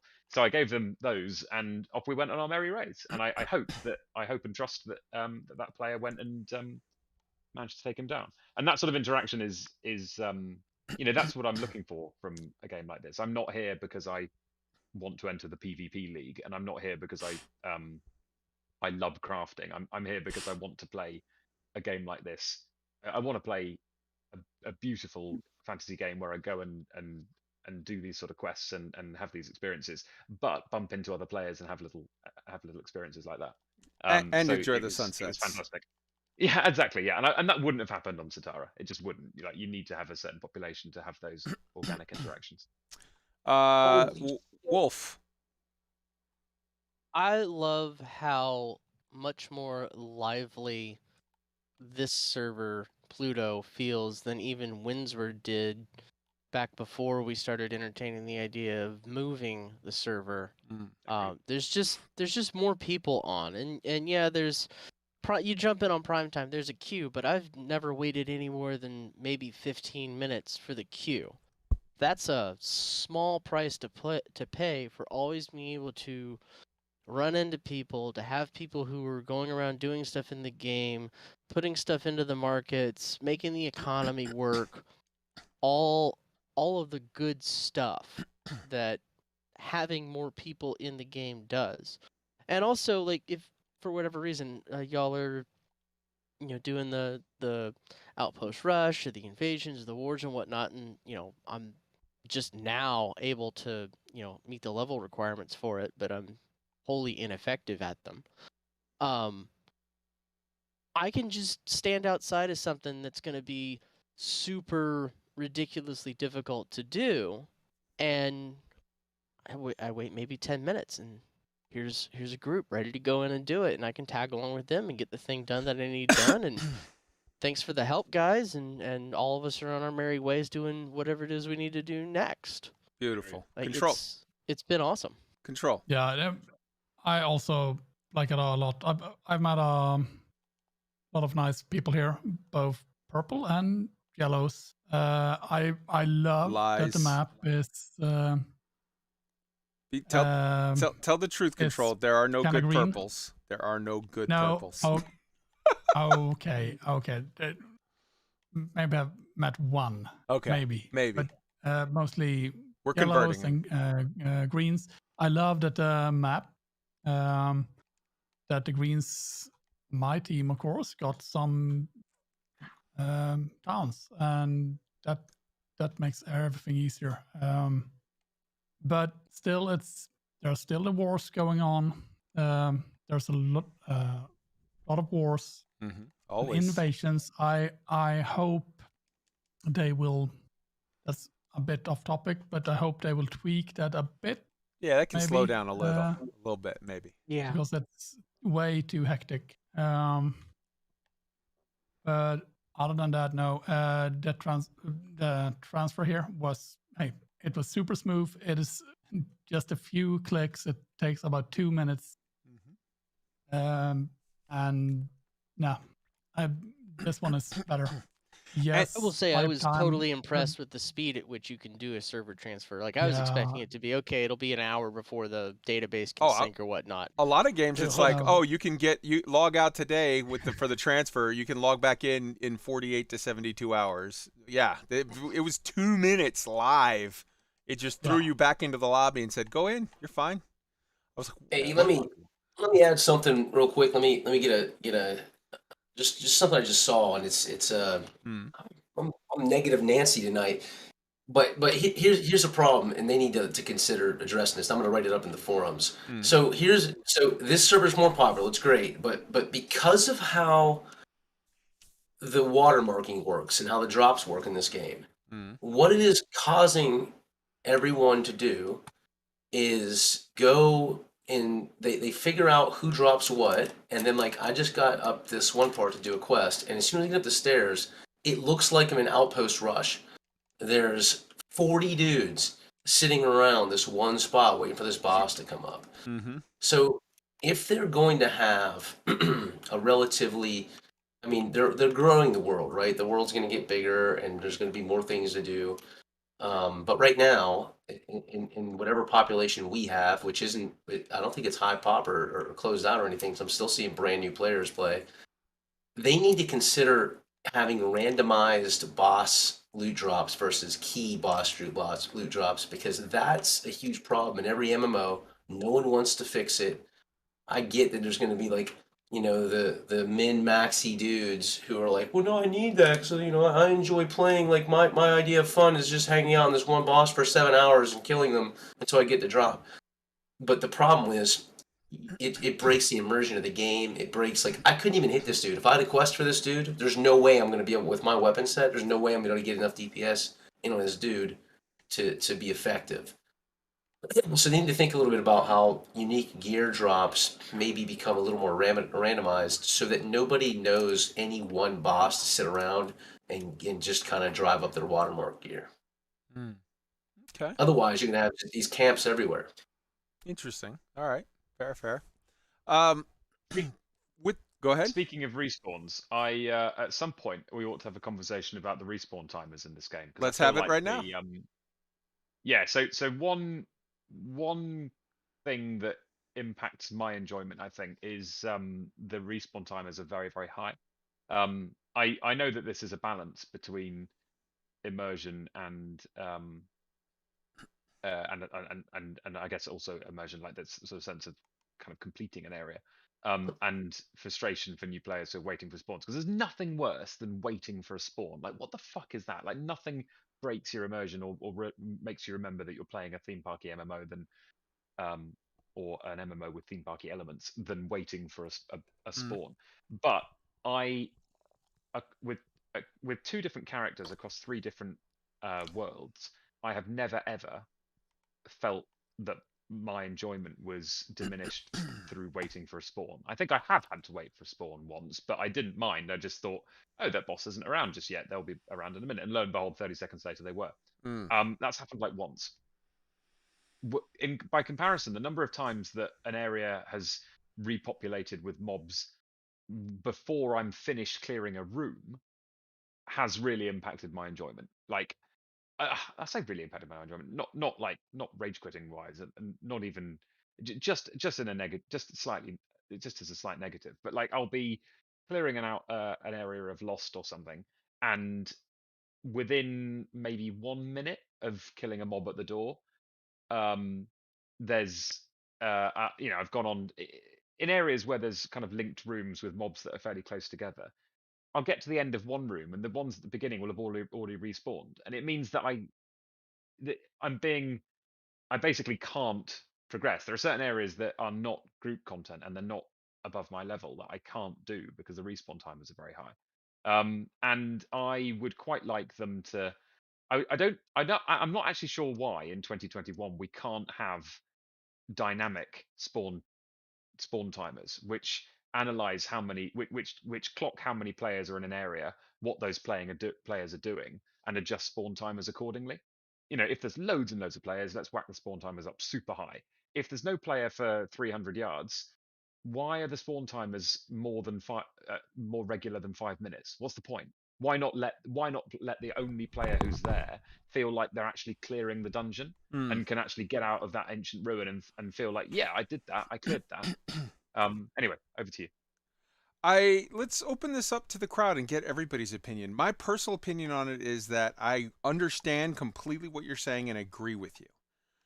I'm not a computer programmer. I don't know how that works. I don't know how sort of resource intensive that would be to have a dynamic sort of thing up that sees the area or whatever. The way a lot of games handle this is through heavy use of instancing so that everyone's in their own little universe no matter what.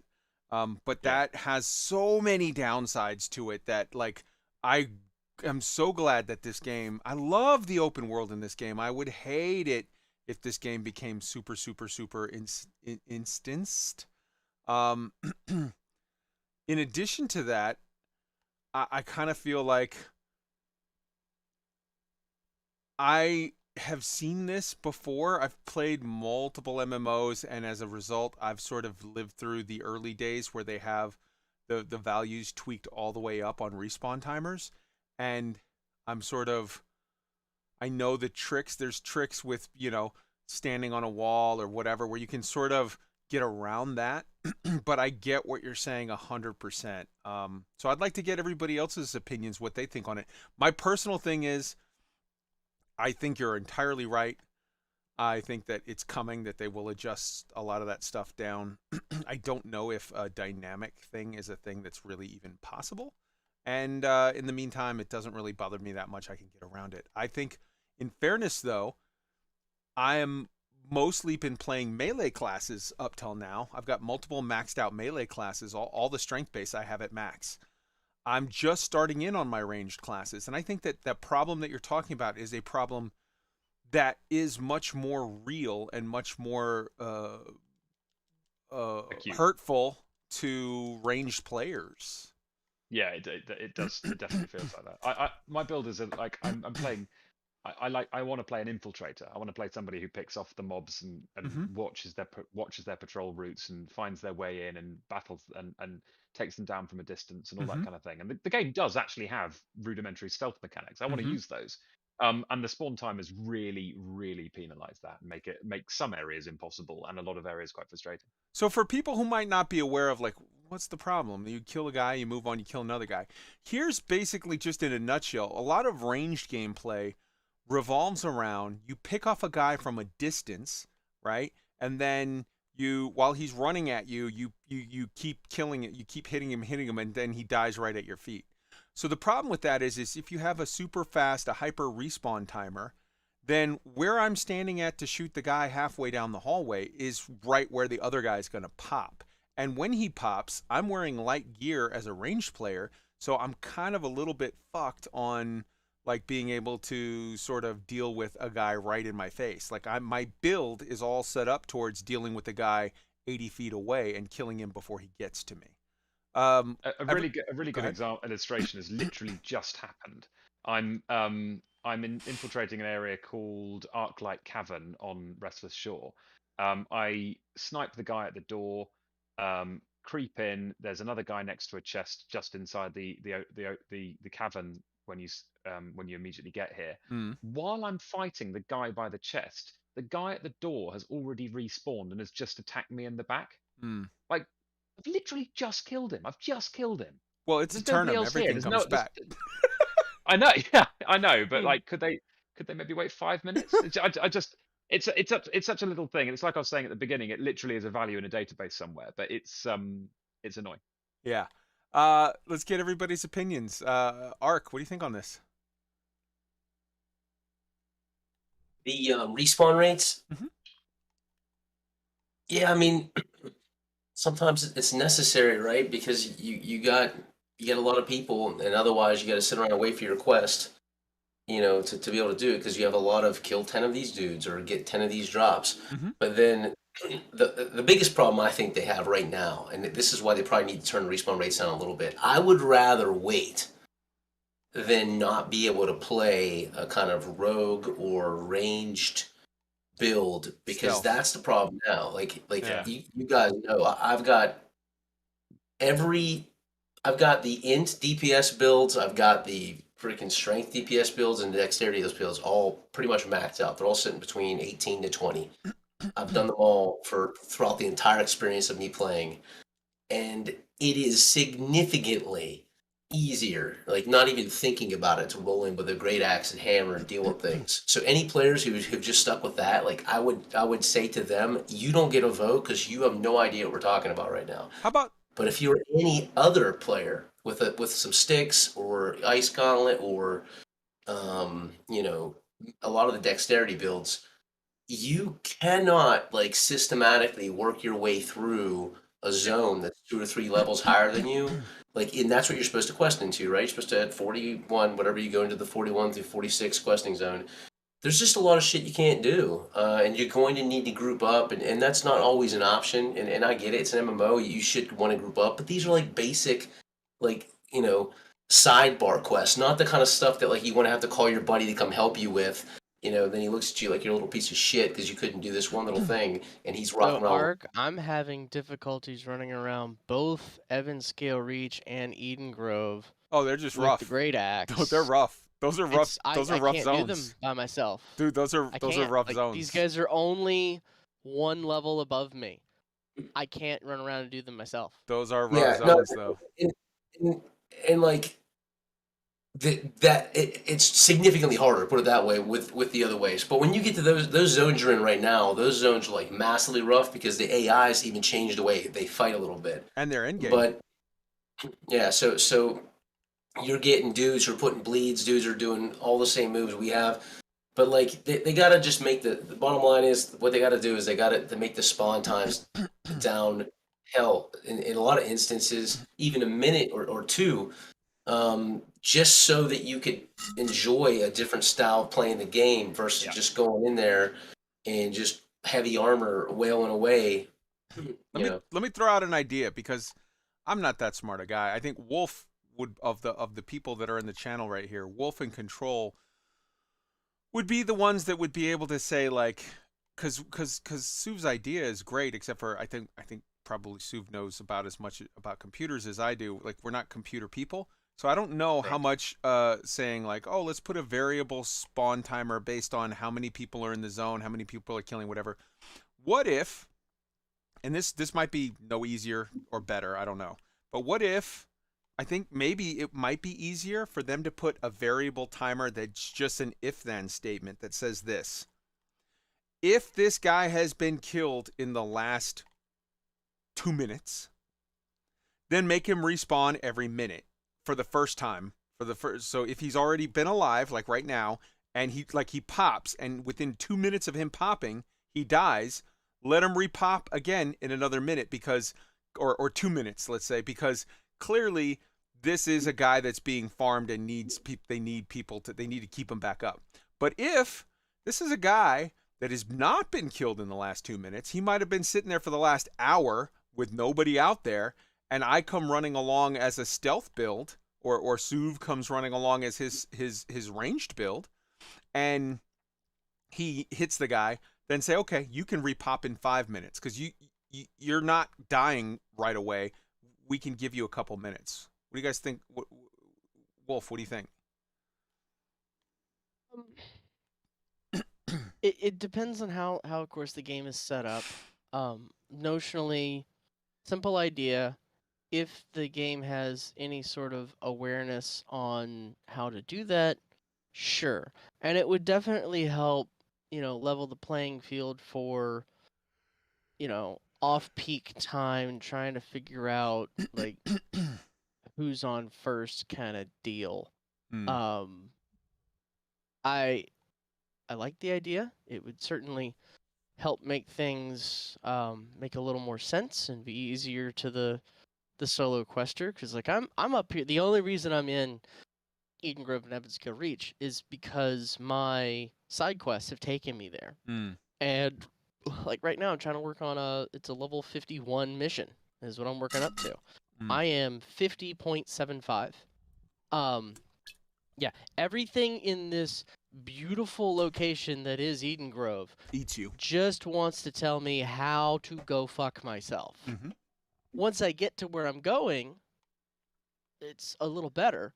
But have you the played stealth mechanics and everything, like I'm spending so much time just getting to where I need to go that it's just frustrating. Wolf, have you played like other fantasy MMOs like World of Warcraft, Final Fantasy 14, whatever? I played them briefly. I played a lot more time in Guild Sims. Wars 2. Okay. I'm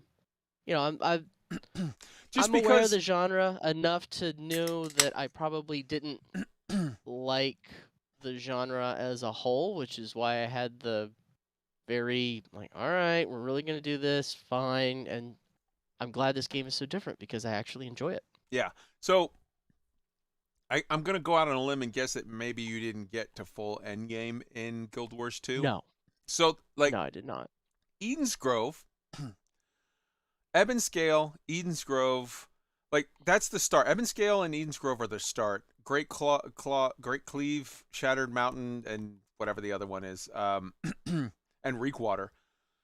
Those are for sure the end game zones, and like shit, it's literally made for you to feel whenever you're walking in there. It's made for you to feel like a challenge. The starter zones, your First Light, Windsward, Everfall, Monarch's Bluff. Those are the baby zones. Those are like the kiddie pool. Cutlass Keys, Brightwood, Weaver's Fen, Desert Restless Shores. Those are meant to feel sort of like the intermediary, but like they're still pretty easy, let's be honest. The Ebonscale on. So Ebonscale, Great Cleave, Eden's Grove, Shattered Mountain, Reekwater. Those are meant to be hard. It's meant for you to, even as a 60, have your head on a swivel, bro, because shit can go sideways quick. Like, this isn't a situation of a poor design philosophy, like, or what Suv is talking about, where the repops are happening too fast. And this isn't a case of whatever. This is a case of just, it's meant to be this way. It's meant to be hard. And you're not doing anything wrong. It's not a question of like, you can't play the game well. It's a question of when any of us are in those areas, you have all these little tricks. Your head is constantly on a swivel. There's shit that you do, like, like, hey, I'm running. I got aggro. I'm going to keep running. Instead of stopping to deal with this, I'm going to keep running.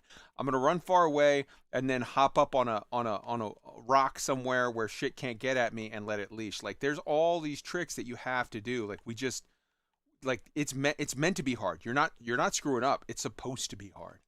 Control, we didn't get your input yet on the idea of this topic. Yeah, no, I know there's some places where the respawn rate is kind of bugged. They just, you kill them and a few seconds later they're up again, and I think they're gonna take care of that. I kind of like the idea that if you died a couple of times, they might do it a bit more gentle on you, and so they don't pop up as fast, and if it's like if you're in a group of 5, then it maybe should be harder. But yeah, as we talked about, hey, during just the last 15 minutes, I've died twice before I met Wolf here. In Ebon Scale, I'm level 60. I can take care of my self, but it's, as you said, it's supposed to be hard, and that is what makes it fun. Okay. Why I keep playing this game for hours every day. So So the last. Wow. Jesus fucking Christ! What's up, Sue? Sorry, bad things. Okay. So the Oh. last subject that I really wanted to hit was server merges. It seems very likely that server merges are practically guaranteed within the next 30 days, but it seems very, very, very likely, let's say, that it's going to happen within the next 2 weeks. We're close on it. This is a thing that's standard. They had a phenomenal product, and they had a bunch of servers, and they had way too many people, and people were complaining, you need to make more servers, we need to get in, and that's what happens. But then what ends up having to happen on the backside of it, this is just the way that it works, they have to merge stuff in, because otherwise you end up in a situation where now you have a bunch of people spread out on a bunch of little worlds that are not getting enough attention, as Sue was talking about earlier. So this is going to be happening within the next couple weeks, and the way that it's going to happen is that the server that gets merged into the higher population server is going to retain all of its, traits as far as ownership of territories and whatnot. The servers that are merging, the low pop servers that need to, are going to in fact be, losing their territories and whatnot. They're going to be joining in, the ownership of the other ones. But this isn't just a straight up, oh, you're screwed situation. If you happen to find yourself on a server, and there are some where it's like, there's only 200 people left on this server, and, 100 of them they're all one faction or whatever. Most of them are in my company or whatever. That some people are in that situation, and if you're in that situation, they're going to pay you. What they said, there's an amount. There's a post on the forums. I forget what it was, but I think it was like they're gonna pay you like 15,000 or more for whatever whatever territories you lose, because they have to take them off of you because you're merging in.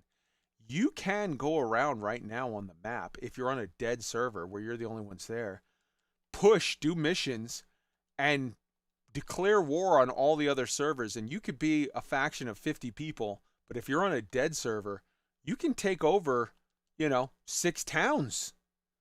And now, or all 8, if they're whatever. And if you, or no, not 8, there's 12, whatever. You can take over all of the takeoverable whatevers, and then just cash in on that payday.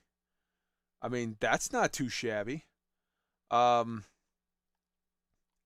the server merges need to happen, and they've said that they're going to actually also be offering everyone another round soon of free server transfers.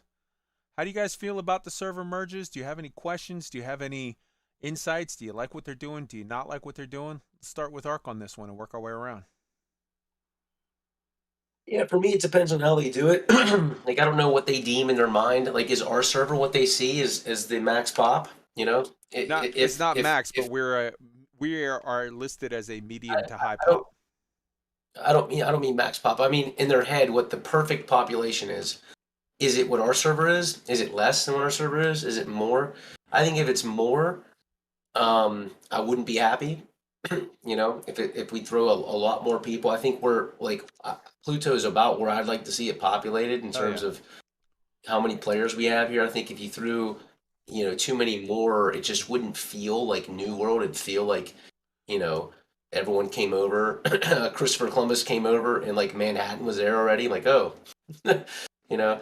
So I'd like to. I don't know where their heads at on that. Good but ultimately, it's good. I think it's good for the game because there's a lot of people right now that are just, not having fun because it doesn't seem important. Nothing really changes. There's not a lot of people to do group content with. Outpost rushes probably aren't working well. So I think the biggest challenge obviously is how do you compensate somebody who two factions they both earned and have their settlement. And yeah, you can give them the money back, but not the time, not the achievement to getting it. Somebody's going to get screwed. Um, and that's what they have to figure out. Like, what's the proper compensation going to be to not lose some of those players? And I don't even know what the hell that might be. My guess is it's some amount of money, and then it's some amount of additional money than what they paid for. But that's going to flood a lot of money into whatever server they go to. So have to think about that too. There's no easy fixes, man. Okay. Wolf, what do you think?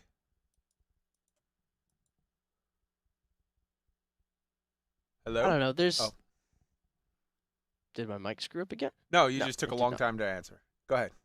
Yeah, it's a complicated issue, to say the least, and I don't know. I don't really have a clear-cut decision as to how I would like to see it done, to be honest.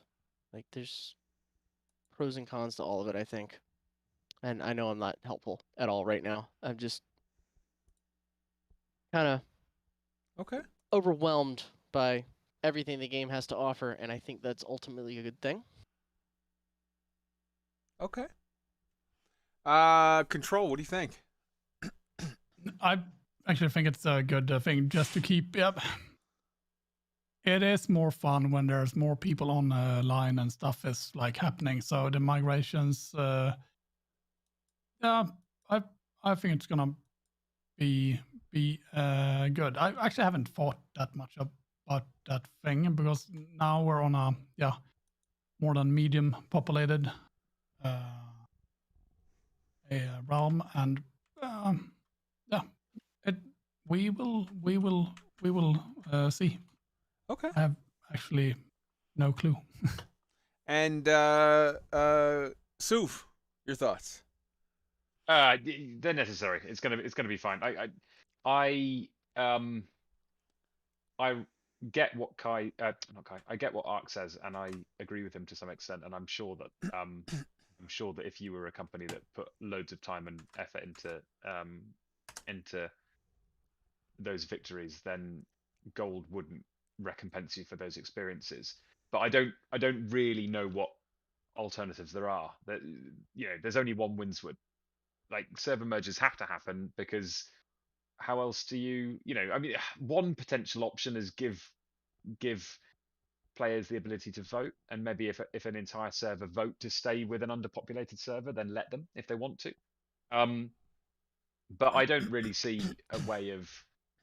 I don't like this game has been designed so that there are a number of, you can see it in the quests and stuff. This game has been designed with high populations in mind. It won't work otherwise, and I'm not sure that AGS have any option other than server merging. And everything I've seen from them on the topic has struck me as completely reasonable and exactly as I would do it myself. So they are also, let's all keep in mind, they are also literally just saying, also, we're going to give everybody another free transfer. If you don't like where you're at, go someplace that makes you happy.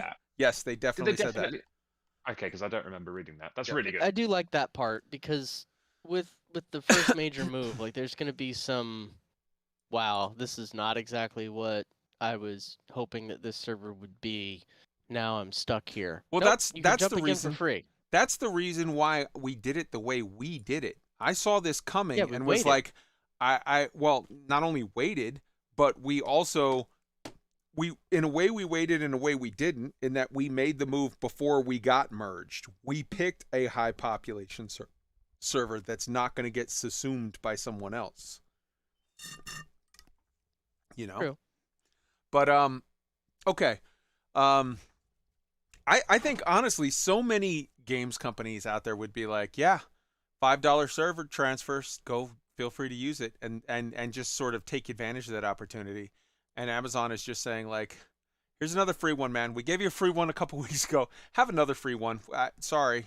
We know that people aren't going to be happy. Some people are going to be happy. Some people aren't. Here's a free gift from us that gives you the opportunity to do whatever the hell you want to do to make yourself happy. Knock yourself out. Let's close out the show.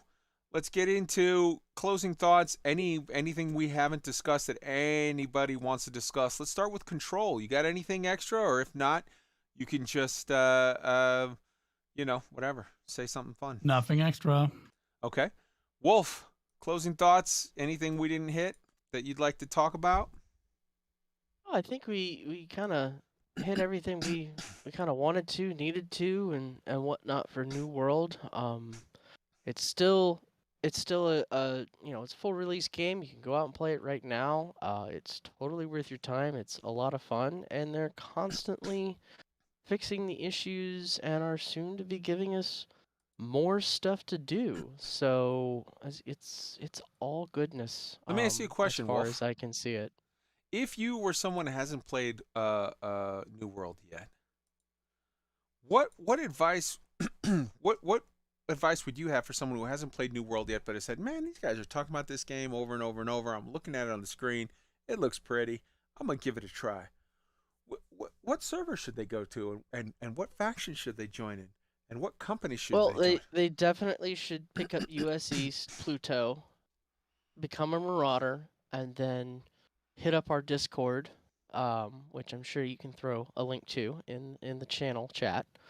And we will pull them into the Black Sky Legion, and we have people playing tunes from low level all the way up to high level in-game stuff, and we're always more than happy to come help you if there's a particular spot where it's like, I don't know how to do this, or this guy really sucks, blah blah blah, and just join in on the camaraderie. Like this game, you can do all the stuff by yourself in the game, and you can have a great time, or you can make some friends and do it with them, and I think have way more fun playing this beautiful game. Hell yeah. That we have all kind of just jumped into with both feet and are enjoying the hell out of the ride. Hell yeah. Suv, any closing thoughts on anything? No, it's I love it. I've done a little. I've voiced a couple of little moans, but I absolutely love this game. It's fantastic. I think it's. I'm really glad that we're going to be doing a dedicated show on it. Beautiful. Ark, hop in with something. I know you got something you want to talk about. Let's go. I'm actually going to talk about something that's kind of like not really significant, but of the new things that they're pulling out. I thought it was really cool, and y'all heard me say this before, but I don't know if you picked up on it, but the camp skins. If you saw that on in the things, dude, what a unique kind of way to enhance somebody's sort of immersion a little bit in this game. Easy, right? And just an easy way to do it. You didn't have to do a whole lot of stuff. What it is they've got like 5 or so different camp skins that you can make your camp, site look like. It's like a bougie one. There's like a chemical one. There's like a hunter-looking one. It's small. It doesn't do anything. I will buy the shit out of that in the fucking, whatever the fuck it's called in the store for sure. That's the kind of stuff I want to see. More of that kind of stuff. They're on the right path. I know I was a little negative Nancy today on some things, but that's just because I'm passionate about this. I want to see it get a little better. But that's it, man. That was another good night. Hell yeah. I'm gonna throw out something. The second round of the Robin Hood free shit is out. So if you have Amazon Prime, go to gamingprime.amazon, whatever the fuck. Just Google it. It's out. So as of like 4 days ago, it's out. You can literally you click, you claim it. It's free. So long as your accounts are linked, you should be getting free stuff. Take 5 minutes out and link your accounts if you have them, because every 2 weeks, as far as I can see, indefinitely, but for sure for the whole rest of this year, every 2 weeks they're giving you free shit, and it looks cool. So get out there and get it. All right, guys, we love you. We'll talk to you next week. next week will be the first episode of New World Eternum Weekly. So, yeah. Want to say thank you very much again to New Soul for our closing song, which I'm going to play you now.